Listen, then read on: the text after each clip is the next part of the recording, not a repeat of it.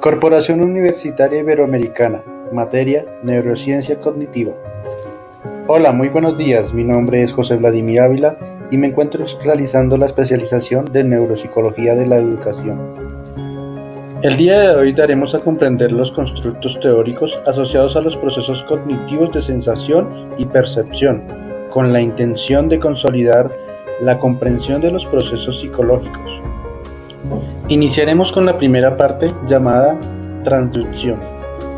El denominador común de la transducción sensorial es el cambio en la permeabilidad de la membrana de la célula receptora, producido por la energía del estímulo sensorial, de manera que el efecto del estímulo modifica el potencial de la membrana del receptor y en última instancia genera potenciales de acción en las neuronas aferentes, producido por la energía del estímulo sensorial, de manera que el efecto del estímulo modifica el potencial de la membrana del receptor y en última instancia genera potenciales de acción en las neuronas aferentes que llevan información hacia el sistema nervioso central. Gracias a esto podemos decir que la transducción comienza con una modificación en el potencial de reposo generada en un receptor sensorial por la energía de un estímulo determinado.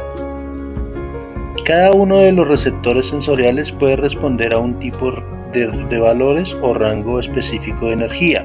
A este le denominamos el estímulo adecuado para cada receptor.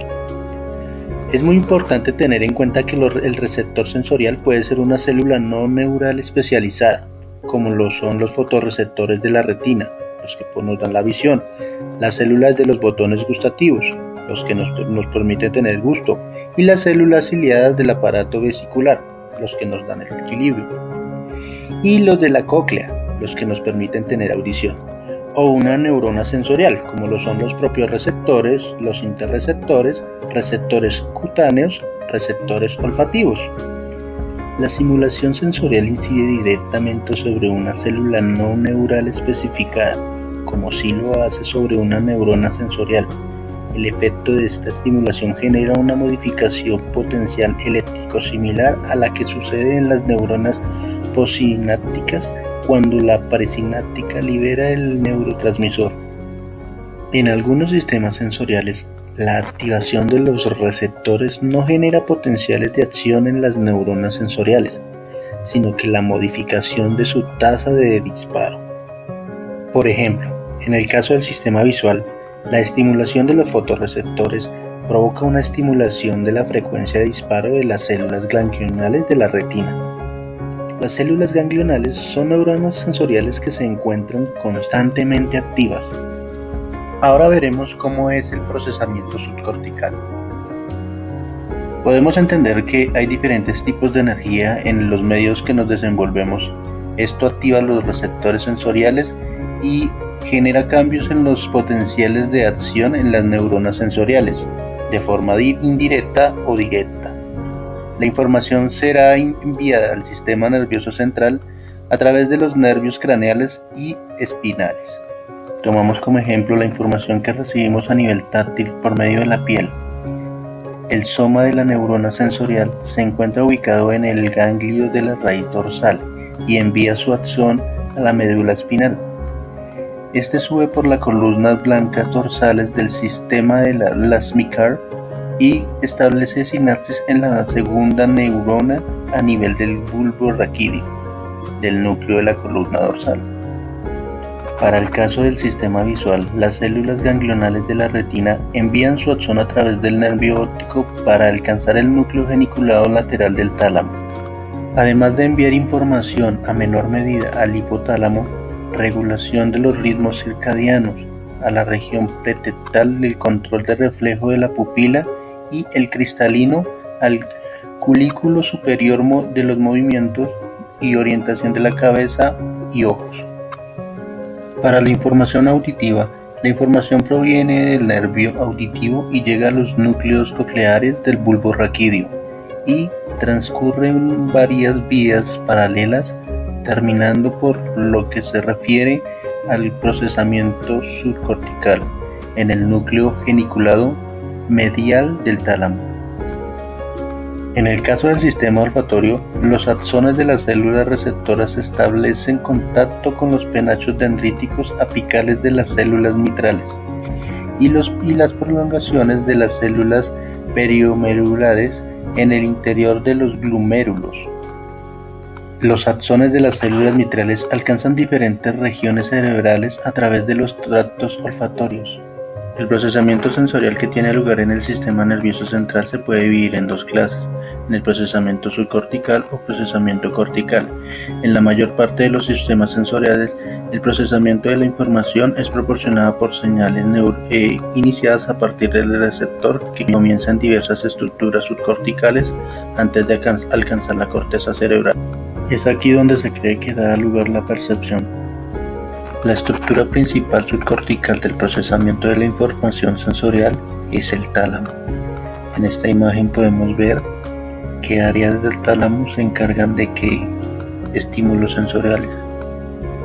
Toda la información sensorial, con excepción de la del sistema olfatorio, pasa por el tálamo antes de llegar a la corteza, por los núcleos de relevo de la información sensorial: el núcleo geniculado lateral, el de la visión; el núcleo geniculado medial, el de la audición; el núcleo ventral postermedial, gusto e información somatosensorial; y la del núcleo ventral posterolateral, la información somatosensorial. Ahora hablaremos sobre la corteza cerebral y el procesamiento central. En nuestra piel no solo tenemos receptores especializados que detectan las caricias o el contacto a los estímulos externos, sino que también nos puede informar de las temperaturas e incluso de los elementos nocivos que generan una percepción de dolor. Toda la información que recibimos de la superficie de nuestro cuerpo es enviada a través de diferentes conexiones a la corteza cerebral. Este tipo de organización implica que la corteza se organiza a semejanza del cuerpo. Ello conlleva a que las regiones que suelen trabajar de forma conjunta se encuentren en una ubicación más cerca del cerebro, de forma que la información no tiene que recorrer distancias amplias.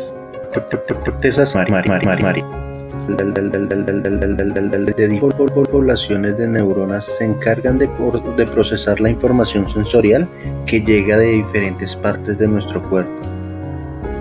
Si dibujamos un mapa de la región de la corteza que procesa la información, lo que se le conoce como una organización somática de la corteza cerebral, se observa que las diferentes partes del cuerpo se representan de forma que no guardan las mismas proporciones en el cuerpo. La representación desmedida de la corteza sensorial de las diversas regiones de nuestro cuerpo se encuentran proporcionalmente relacionadas a la densidad de las conexiones sensoriales que recibe de cada una de ellas. Es decir, las regiones de nuestro cuerpo que requieran gran cantidad de conexiones y que proporcionen información detallada necesaria para llevar a cabo ciertas funciones contarán con más suficiente superficie cortical. La corteza somatosensorial primaria se encuentra en el lóbulo parietal, más concretamente en la circunvolución del post central, justo detrás de la círcula o círculo central o rolando. Esta región cortical corresponde a las áreas 3, 1 y 2 de Brodmann. Recibe información de los núcleos ventral y posterolateral y posteromedial del tálamo. La corteza visual primaria se localiza en el lóbulo occipital de la correspondiente área 17 de Brodmann, en la parte más posterior del mismo, en una visión lateral, ocupando una círcula calcalina en una visión sagital medial. Esta región cortical recibe información del núcleo geniculado lateral del tálamo. La corteza auditiva primaria, por su parte, se localiza en el lóbulo temporal, correspondiente a la región E41 de Brodmann. Esta región de la corteza genicular recibe información del núcleo geniculado lateral del tálamo. La corteza gustativa primaria se localiza en el opérculo frontal, en la región de la ínsula anterior de las áreas 36-43 de Brodmann. Esta región recibe información del núcleo ventral posteriormedial del tálamo. La corteza periférica, que podríamos considerar el análogo de la corteza sensorial primaria en la visión, la audición y el procesamiento somatosensorial. Ahora veremos la reorganización cortical. Las regiones que representan mayor cantidad de discriminación sensorial, en términos generales, envían mayor cantidad de información a aquellas que tienen baja resolución. No obstante, tenemos que tener presente que el espacio que ocupa una parte del cuerpo en la corteza no es inmutable o es estático. Tampoco se explica únicamente por la densidad de las conexiones sensoriales que recibe. Si no se puede utilizar, su representación cortical disminuye y también de manera viceversa. Por este motivo, el tamaño de la representación cortical puede variar su función de uso en la experiencia. Encontramos la corteza de asociación también. Podemos dividir esta corteza de asociación en dos grupos claramente diferenciados, en las áreas de asociación unimodales, las áreas de asociación multimodales o heteromodales. Las áreas de asociación unimodales se encuentran subyacentes a la información de estas, integrando normalmente diferentes características del estímulo, por ejemplo, el color, el brillo, la forma, etc. En este sistema visual, el timbre, el tono, el volumen, etc. En el sistema auditivo, las áreas de asociación unimodal se pueden denominar áreas sensoriales secundarias. En las les encontramos las neuronas que responden a múltiples modalidades sensoriales y modifican la respuesta en base a las diferentes circunstancias. Se trata de otras neuronas que recogen la información de diferentes modalidades sensoriales y de otras regiones cerebrales implicadas en las funciones como por ejemplo la atención y la memoria, y parecen ser responsables de las funciones cognitivas superiores. Las áreas de asociación multimodales se localizan fundamentalmente en la corteza prefrontal, en la corteza parietal posterior y en la corteza temporal. El área de somatosensorial secundaria, S2, se localiza en la parte del opérculo parietal, quedando oculta en la mayor parte en el surco lateral y posteriormente extendiéndose hacia la ínsula. Esta área recibe información tanto del área somatosensorial primaria como también de los núcleos ventral, posterolateral y posteromedial del tálamo. Es un área que está organizada somatópicamente, aunque de manera inversa como lo está la corteza somatosensorial primaria. Ahora veremos las agnosias. La agnosia es una alteración a la capacidad para reconocer los estímulos previamente aprendidos, que produce como consecuencia de una lesión o una disfunción cerebral, en ausencia de la alteración cognitiva global. Tipos de agnosias. Las agnosias visuales. Estas agnosias visuales se consisten en la dificultad para reconocimiento visual del objeto u otras categorías relacionadas con las personas, objetos, colores, tanto suficientemente conserva la agudeza visual y la capacidad de rastreo, así como las funciones mentales superiores y el lenguaje visual. Las principales características de las agnosias visuales son la ausencia de efectos visuales que justifiquen la agnosia, aunque es frecuente que se acompañen de un trastorno sensorial, como lo es la heminotopia y la cuadrantanotopia. Presencia de lesiones en las áreas asociativa visual. No hay un déficit de atención ni en el estado de conciencia que justifiquen el cuadro agnóstico. El nivel mental está preservado. Previamente a la lesión se disponía de la capacidad para atribuir un significado conectado a los estímulos visuales presentados. Louis Sauer propuso la existencia de dos modalidades de agnosias visuales, las agnosias perceptivas y las agnosias asociativas. Las agnosias para objetos. Esta consiste en la incapacidad para reconocer objetos, dibujos presentados en la modalidad visto-perceptiva, existiendo dificultades para la denominación del recuerdo o la descripción de su significado, a pesar de que está preservada en la capacidad para reconocerlos a través de otras modalidades como por ejemplo el tacto. Simultagnosia. La Consiste en la incapacidad para interpretar el significado del dibujo o el objeto de la imagen global, en el estado que preserva la incapacidad para percibir sus partes de manera aislada.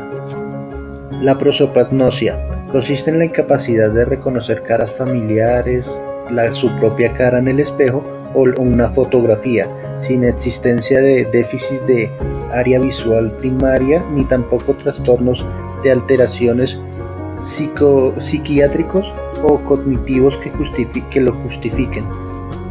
Por lo general, los que pueden identificar los rasgos individuales del rostro, pero no son capaces de reconocer la cara como perteneciente a una familiar o un amigo, siendo conscientes de su incapacidad. Existen diferentes variantes de prosopagnosia: la dificultad para el reconocimiento de caras conocidas o la incapacidad para reconocer su propio rostro ante un espejo. La zoagnosia, esta consiste en la incapacidad para reconocer animales, la dificultad para reconocer determinada categoría de objetos, marcas, logotipos o cosas previamente aprendidos. La agnosia cromática se define como la incapacidad para identificar colores a pesar de estar preservados en recuerdos sensoriales y en las áreas visuales primarias. De este tipo de agnosia también encontramos las agnosias cromática y agnosia para los colores. Alexia agnósica se le denomina también ceguera pura para las palabras o alexia sin grafía, pues a diferencia de la afasia en la que existe la incapacidad para el reconocimiento de palabras, el paciente con alexia agnósica puede escribir espontáneamente o al dictado, siendo incapaz de leer una frase.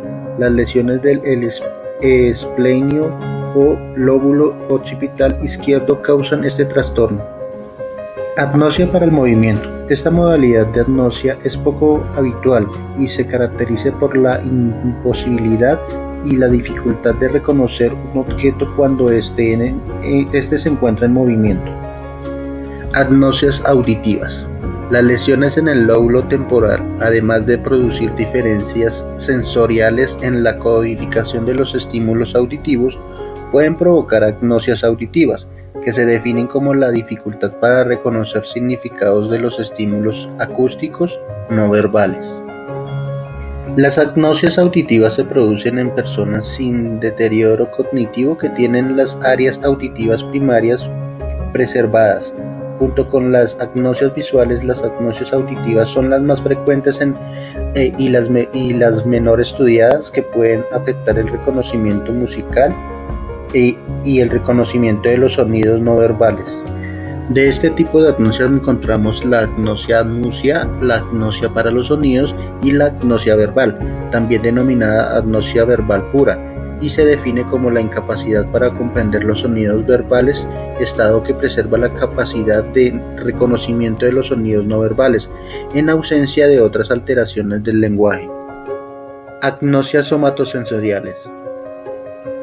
Se trata de los trastornos producidos por las lesiones en las áreas somestésicas situadas en las zonas parietales posteriores, estado preservado de los receptores sensoriales para el tacto, así como las áreas somestésicas primarias de la corteza parietal. En este podemos encontrar la estereognosia. Esta es la incapacidad para reconocer las cualidades físicas de un objeto mediante el tacto, como lo es el tamaño, forma, densidad o textura, en ausencia de la hipoestesía. Está causada por lesiones de la corteza somática asociativa, correspondientes a las áreas 5 y 7 del lóbulo parietal. En 1885, Wernicke identificó dos modalidades diferentes: asterognosia primaria y asterognosia secundaria. La agnosia táctil es la modalidad de asterognosia de menor gravedad, causada por las lesiones en las áreas 39 y 40, que impide el reconocer los objetos mediante el tacto, estado preservada de las áreas primarias. En este grupo de agnosias auditivas podemos encontrar la paragnosia, la autoapopagnosia y la agnosia digital. La agnosia espacial. Esta es la incapacidad para reconocer lugares familiares o la dificultad para orientarse en el espacio. Se pueden reconocer lugares habituales como lo es la calle, el barrio o su propia casa, pero pierden la capacidad de que dichos elementos sirvan como elementos de referencia y orientación topográfica, de forma que las personas son incapaces de realizar recorridos sencillos, incluso se pueden perder en su propia casa. Este tipo de lesiones se debe a que se afectan las áreas occipitales y hipotalámicas del hemisferio derecho o a las lesiones occipitales hipotalámicas bilaterales. Las agnosias olfatorias. Esta agnosia puede venir acompañada por la disminución de la capacidad para distinguir sabores, aunque en pacientes agnósticos tiene que estar presente la capacidad para identificar los sabores básicos. Las agnosias olfatorias son la pérdida temporal o prolongada de la capacidad para identificar olores. Eso ha sido todo por hoy. Muchísimas gracias y aquí les dejo las referencias en donde pueden encontrar la información que está en el video.